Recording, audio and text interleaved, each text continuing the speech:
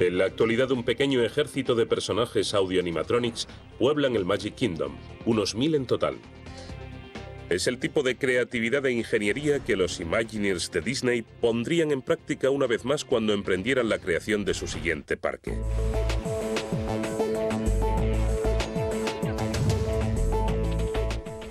Epcot es un parque de 121 hectáreas con dos personalidades muy diferenciadas. Un lado es un mundo futurista dominado por la Spaceship Earth de 54 metros de altura, una de las geosferas más grandes en cualquier punto de nuestra geosfera. Al otro extremo del parque, 11 pabellones extranjeros rodean el World Showcase Lagoon. Dado el historial de Disney con las ferias mundiales, no es una coincidencia.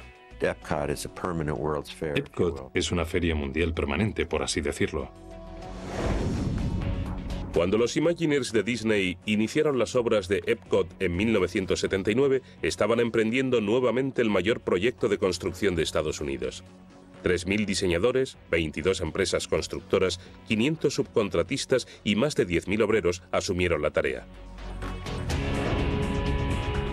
Gran parte de su esfuerzo se centró en la construcción del Spaceship Earth, un aparato dentro de una gigantesca esfera que supuso un reto aún mayor que los castillos que jalonan los otros parques de Disney. Epcot era un tema mundial y queríamos expresarlo de alguna manera. Y por eso la esfera se parece al globo terráqueo, mucho más que una pelota de golf, como la han llamado de vez en cuando. Pero es un edificio muy fascinante y complicado. Spaceship Earth es la primera esfera geodésica del mundo. Su superficie exterior mide 13.800 metros cuadrados y su volumen interior es de 66.000 metros cúbicos. La gigantesca esfera se sostiene sobre 6 patas y cada una de ellas es sujetada por pilones clavados en la tierra a una profundidad de entre 36 y 56 metros. En su punto más bajo, la esfera tiene 5 metros de altura. Contratamos los servicios del MIT para controlar y probar las cargas de viento y asegurarnos de que no se convirtiera por debajo en un túnel de aire que tirara a la gente. La esfera está hecha de 11.000 triángulos de alucubond, una combinación de un núcleo de polietileno con aluminio. Los espacios de 2,5 centímetros entre los paneles les permite expandirse y contraerse en el calor de Florida. Estos espacios también evitan que la esfera se convierta en una enorme catarata cuando llueve. El agua fluye entre los paneles hasta un sistema de alcantarillas que desagua en la laguna del World Showcase. Pero Spaceship Earth no es ni mucho menos la única maravilla de Epcot. Conectando Epcot con el Magic Kingdom está el medio de transporte más famoso y futurista de Disney, el monorail. La gente sigue viendo al monorail como una especie de visión del transporte del futuro. Imaginaos un autocar en una carretera que tiene ruedas debajo. Luego ponedlo en una carretera en el cielo de tal vez 60 centímetros de ancho. Luego coged otras ruedas y ponedlas a los lados de esa carretera de hormigón. Y eso es lo que lo mantiene vertical. Disney no inventó el monorail. Este fue patentado en la segunda década del siglo XIX en Gran Bretaña, pero Walt le dio al monorail una imagen futurista. ¿Recordáis el cohete de Buck Rogers que tenía una parte delantera acabada en punta y unos alerones abiertos a los lados como tablas de esquí? Tenía un gran parabrisas alrededor con pequeñas ventanillas y pensé, eso es, lo único que hay que hacer es darle esa forma y tapar las ruedas. Lo bosquejamos de inmediato, hicimos un dibujo más grande y luego una maqueta. Walt le echó un vistazo y dijo, ¿podéis construirlo? Por supuesto que sí. El primer monorail de Disneylandia que llevó en su viaje inaugural al vicepresidente Richard Nixon en 1959 iba sobre una vía de apenas 1.200 metros de largo. Era más bien un aparato de feria que un sistema de transporte. Pero para Walt Disney World, los Imagineers agrandaron el monorail para dotarlo de un transporte en condiciones. Walt Disney World necesitaba un tren más largo. Así que, en esencia, cogimos el Mark III original que pusimos en servicio en 1968. Lo hicimos más ancho y más largo y diseñamos un nuevo chasis que encajara en ese tren, que tenía un aspecto de Learjet con su gran parabrisas aerodinámico. En 1990, el monorail fue actualizado de nuevo. Es un chasis de amalgama de fibra de vidrio sobre un armazón de acero.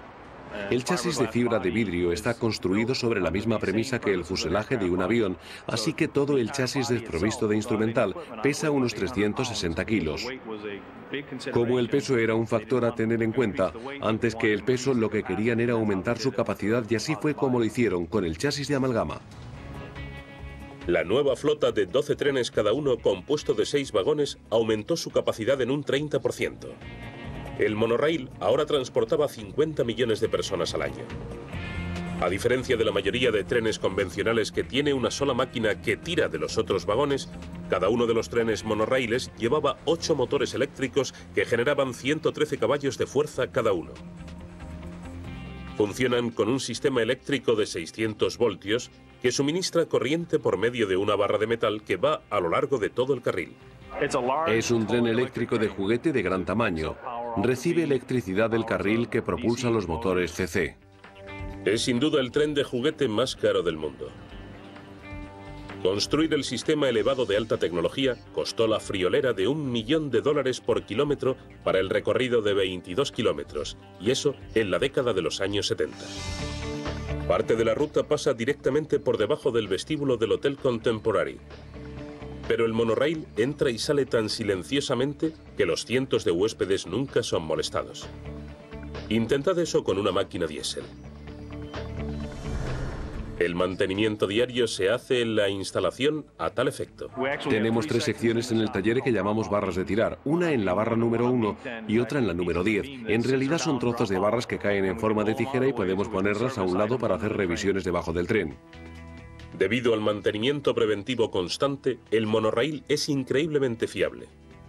Tenemos casi un 99,9% de eficiencia. En nuestros meses o semanas malas tenemos un 99,8%.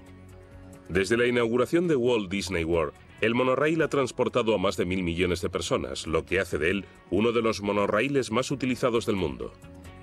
Ha resultado ser un sistema muy logrado. Parecía futurista y sigue pareciendo futurista. Mientras que el monorail es una adaptación Disney de una tecnología ya existente, uno de los aparatos más recientes es un flamante concepto inventado con la ayuda de un antiguo juego de construcción, Erector.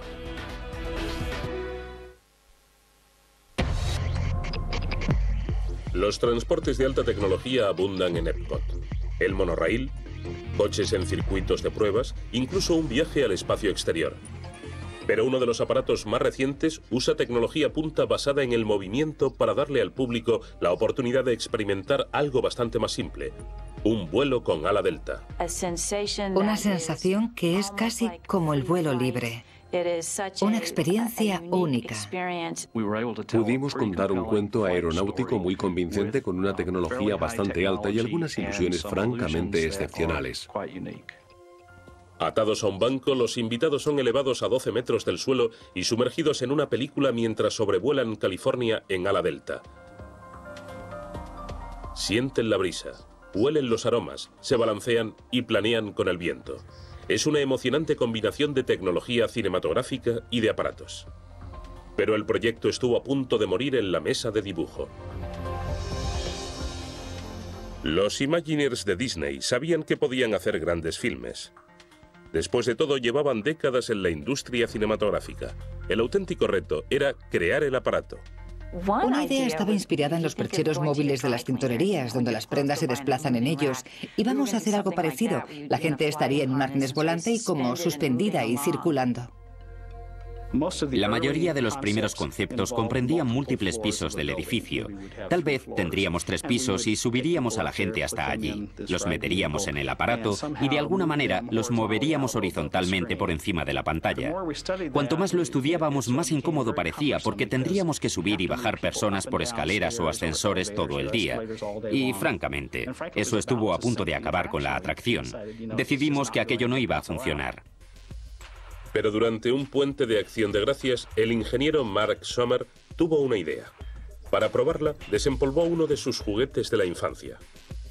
Era un antiguo fuego de construcción Erector que saqué del ático y desempolvé. Empecé a revisar las piezas y pensé, vamos, aquí puede haber suficientes piezas para hacer una pequeña representación de lo que quiero demostrar. Así que empecé a montarlas con un poco de alambre y pegamento caliente. Tardé unas 3 horas en montar todo el Erector. De vuelta en el trabajo el lunes, le planteó la idea al equipo de planificación. Puse el modelo sobre la mesa y dije, ¿y si metemos gente en 3 filas y luego con un motor eléctrico los subimos hasta la zona de la pantalla y mientras están allí arriba, como ya tenemos este motor, tal vez podríamos balancearlos un poco hacia atrás y hacia adelante y cuando terminen, sencillamente los bajamos al entorno normal del cine y se marchan? Y eso fue justo lo que hicieron a una escala mucho mayor. Hacen falta 450.000 kilos de acero solo en el sistema del aparato para que funcione, pero lo hace de esta forma. No tengo que darle a una manivela, dudo que pudiera, pero contamos con motores eléctricos capaces de hacerlo. Estos son motores y aparatos de miles de caballos de fuerza que producen una situación en la que tenemos a unas 50 personas en un mecanismo de ascensión sentadas en el extremo de un gran brazo que está conectado a un gran aparato que se mueve hacia adentro y hacia afuera. Pero esta ingeniería de tipo industrial tiene que ver con vuelo ultraligero.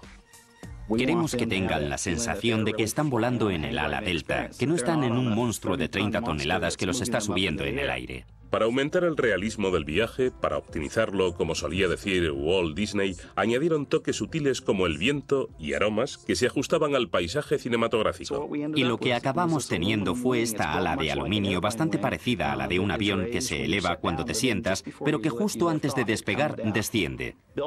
Para cada visitante se ha incorporado un ventilador de velocidad variable que se encuentra detrás de ellos y es muy silencioso. En el interior del ala hemos diseñado unas cámaras de aire que mueve el aire hacia adelante y le sopla en la cara.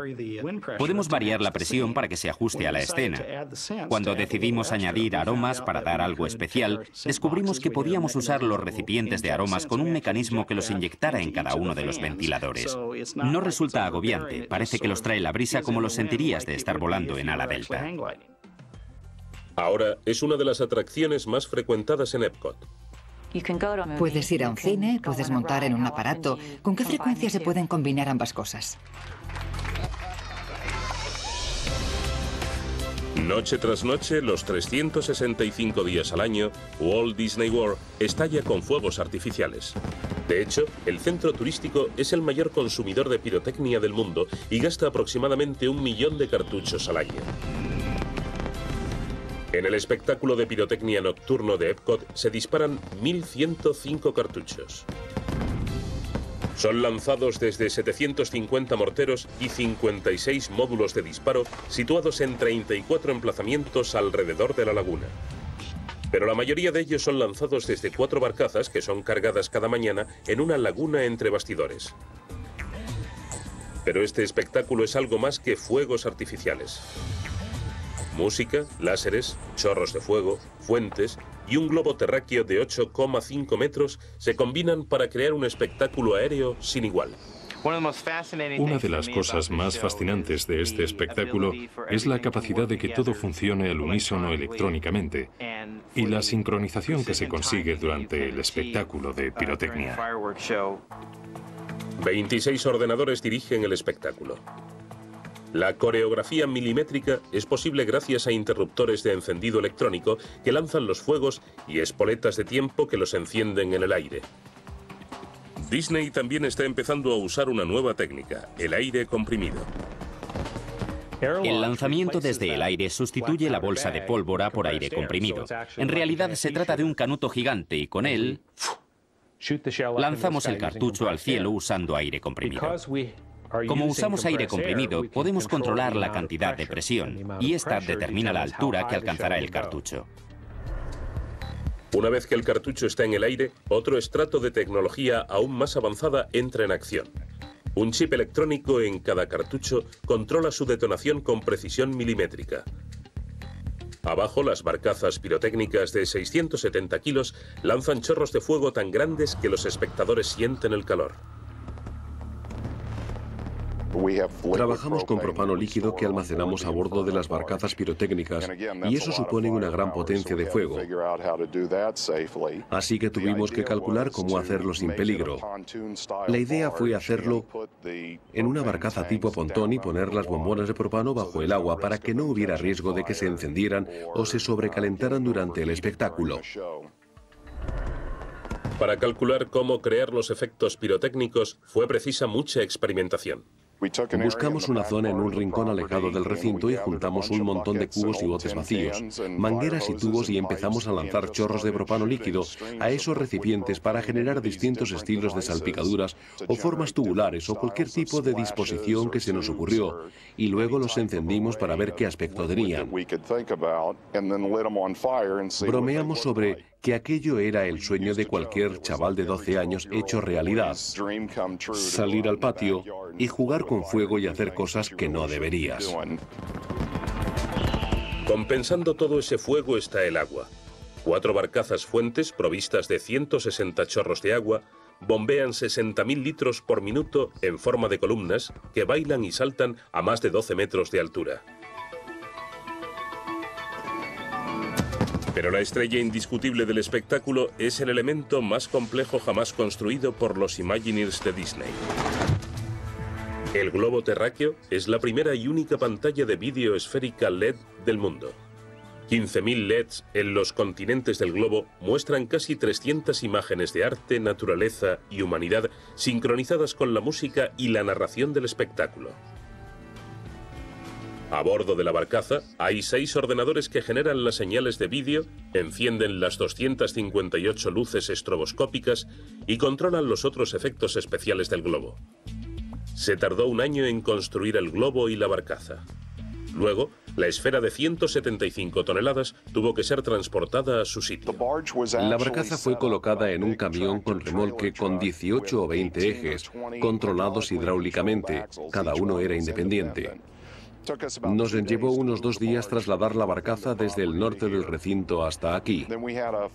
Luego montamos una grúa de 400 toneladas al otro lado de la laguna. Levantamos la barcaza y la pusimos en el agua. Lo hicimos en una parte profunda de la laguna para que si por algún motivo se hundía nadie lo notara y tuviéramos tiempo de recuperarla. Pero por suerte flotó, se asentó en el agua y todo salió bien. La barcaza debutó en 2000.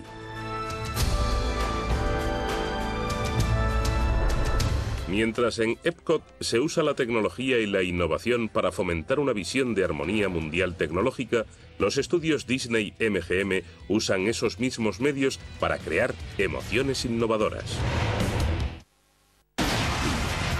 Es bien sabido que el fútbol levanta pasiones y que arrastra a multitudes enfervorizadas. En la década de los 80 del siglo pasado, con una afluencia de público cada vez mayor tanto al Magic Kingdom como a Epcot, los Imagineers de Disney decidieron crear otro parque temático. Nuevamente se propusieron superar su anterior trabajo, optimizarlo, como diría Walt. Y nuevamente volvieron a inspirarse en el propio Walt. Volvieron a sus raíces en la industria cinematográfica y crearon los estudios Disney MGM. Trata ante todo del mundo del espectáculo, sobre cómo se hace. Es un homenaje nostálgico. Se trata de Hollywood, se trata de Broadway, se trata de la radio, de la televisión y especialmente del cine. En los estudios Disney y MGM, los Imagineers se dispusieron a crear la atracción de mayor complejidad tecnológica hasta la fecha. Querían combinar un hotel embrujado con una dramática sensación de caída. El resultado fue un viaje en un ascensor embrujado que actuaba a su antojo, el Twilight Zone Tower of Terror. Creo que para mucha gente no hay nada más aterrador que la idea de un ascensor fuera de control. Crear el emocionante aparato exigió tecnología innovadora para combinar 2 tipos distintos de atracción en uno. Desde el punto de vista técnico era uno de los proyectos más ambiciosos que habíamos emprendido nunca. Si pensamos en una atracción normal, es el sistema de un solo aparato pero con múltiples movimientos.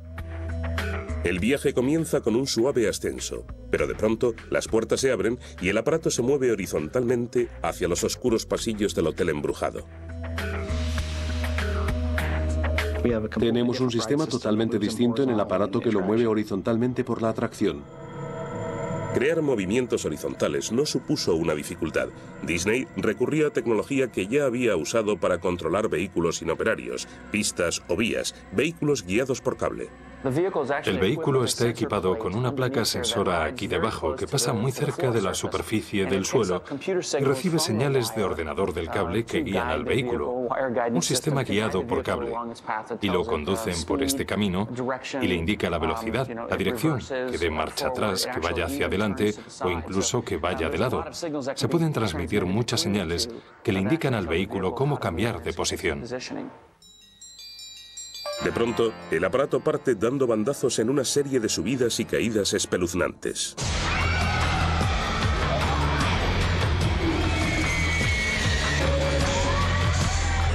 Construimos un sistema para este aparato que les sube y les baja con rapidez.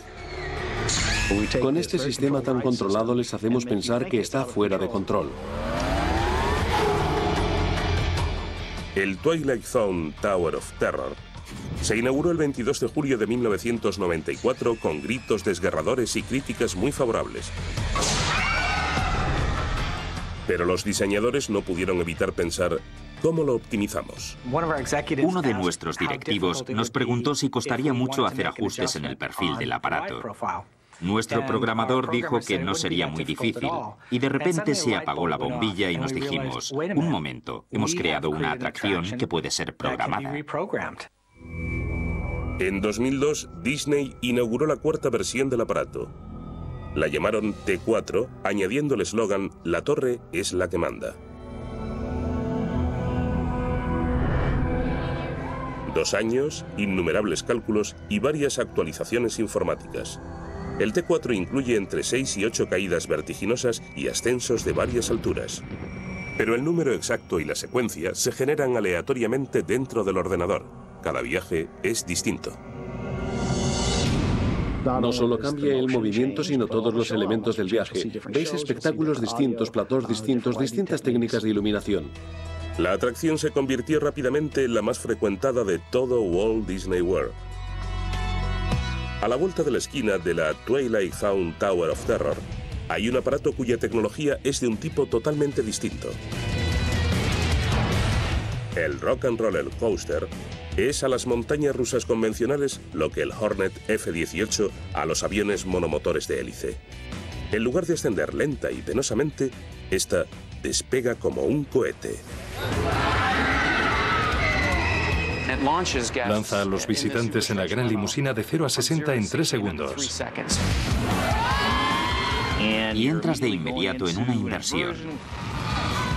Hay bucles, hay sorpresas con todo a oscuras, pero a la vez ves referencias y las pasas como una flecha.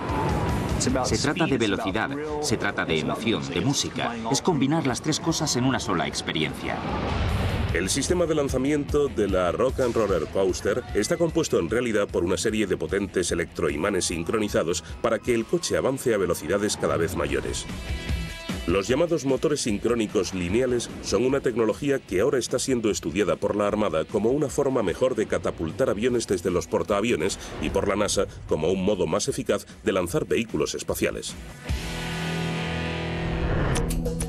Sorprendentemente, la alta tecnología de lanzamiento tiene su origen en un sistema de transporte presentado por Walt Disney en la Feria Mundial de Nueva York y actualizado posteriormente para el Magic Kingdom. Diseñamos y construimos para Walt Disney World otro trenecito que circulaba en silencio y no tenía partes móviles porque la vía tenía incrustados una serie de imanes.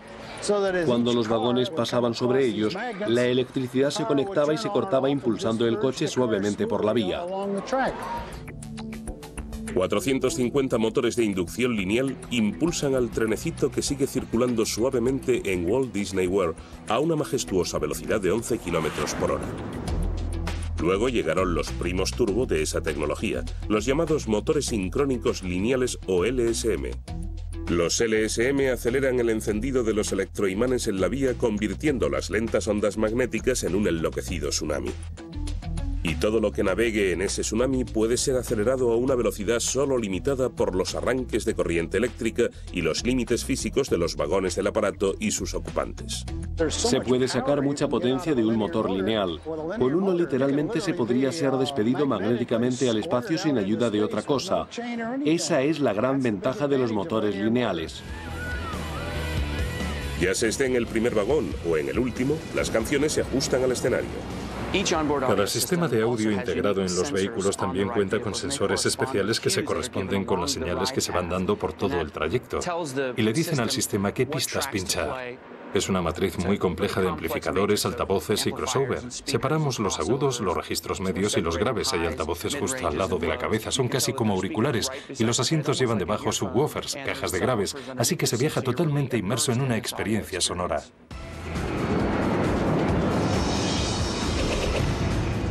No todos los vehículos en Walt Disney World están sujetos a una vía. Cuando los Imagineers de Disney estaban planeando el parque temático de los estudios Disney y MGM, sabían que querían montar una especie de espectáculo de acrobacias.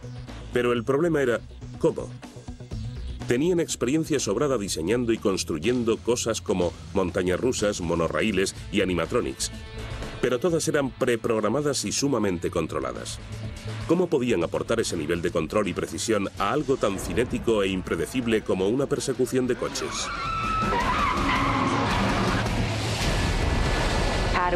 ¿Cómo hacer de esto algo que pueda representarse a diario y ser muy sistemático?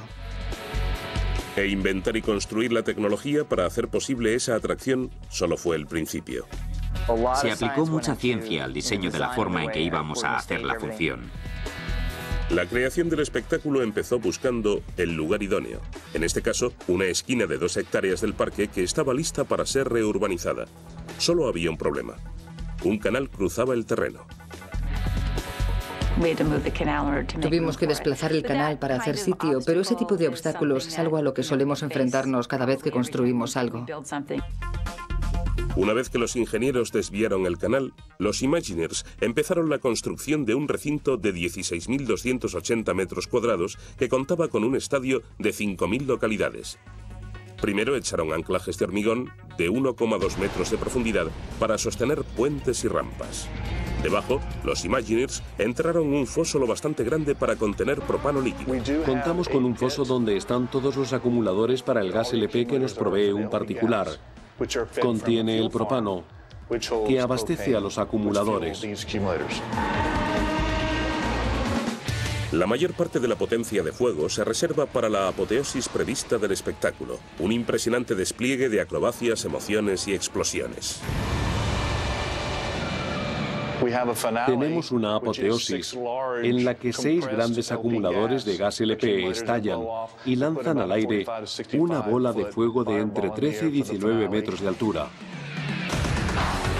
¿Pero qué sería una persecución de coches de Hollywood sin un tiroteo? Naturalmente, usar armas de fuego era totalmente imposible, pero los Imagineers recurrieron a una de sus tecnologías más fiables, la neumática. También tenemos lo que llamamos impactos de bala, que es pura neumática. Se trata de aire comprimido en puntos concretos para que cuando el malo le dispara al héroe se vea agua saliendo disparada del suelo, que se debe en esencia a la acción de aire comprimido sobre cavidades llenas de agua. Una vez el escenario estuvo en marcha, los Imagineers se pusieron a trabajar en los vehículos. Aunque en este caso estos no serían conducidos por los visitantes, sino por especialistas. Debido a los saltos y a los trompos que tendrían que hacer, los coches tenían que ser ligeros. Así que los Imagineers cogieron Opels y los dejaron en el chasis. El objetivo era un coche que pesara poco más de 400 kilos, casi una tercera parte de lo que pesa un sedán. Para no aumentar su peso, pero para dotar a los coches de la aceleración que necesitarían, instalaron un motor de moto de 1.300 centímetros cúbicos que genera una potencia de unos 152 caballos. El motor ofrece potencia máxima con un peso mínimo. Tenemos un cortafuego que protege al piloto y además contamos con un alternador externo para cambiar el sistema. 2 ventiladores grandes para extraer el aire de este compartimento por la parte trasera del coche. Y además enfriamos el aceite del motor para ahorrar frenos. El motor se puso detrás del piloto para dotarlo de mayor estabilidad durante los trompos y los saltos. El motor tenía que estar detrás del asiento del piloto para asegurarnos de que aterrizaba sobre las 4 ruedas. Por seguridad, el depósito de gasolina fue reducido al mínimo tamaño posible para que solo contuviera el combustible suficiente para una función. Estos coches no se construyeron para ser cómodos. Su interior es tan espartano como el de un coche de carreras. Hay un asiento de serie, un volante también de serie, un tablero de mandos. No hay ninguna de las cosas normales que se ven en un coche, como aire acondicionado, radio o esas cosas que dan